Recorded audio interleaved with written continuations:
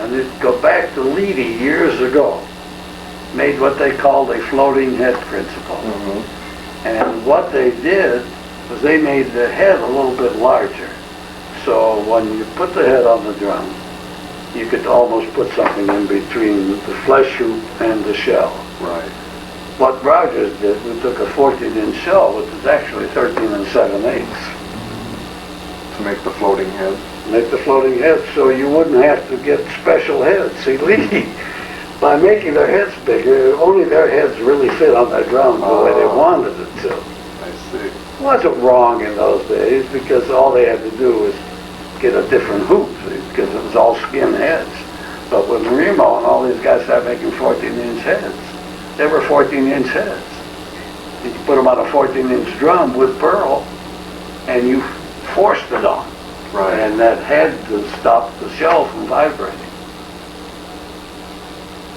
So there goes your floating action after all. That's right. Right. So the floating, all of the Rogers wooden shells were 1/8 of an inch less than what's specified. So a 14-inch shell was 13 7/8.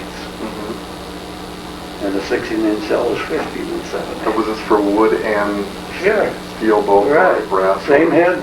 So, Premier made a lot of inroads into this country at one time.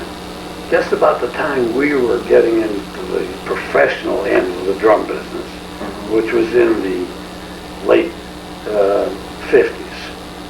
Premier was a name to be reckoned with in this country, but they made one mistake. Their head sizes were different. Oh. And when the guy broke a head, he had difficulty finding a replacement. And I could never understand why they weren't aware of that.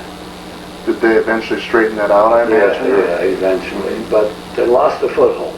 Uh-huh. Because there was a well-respected drum line, and they made some nice stuff.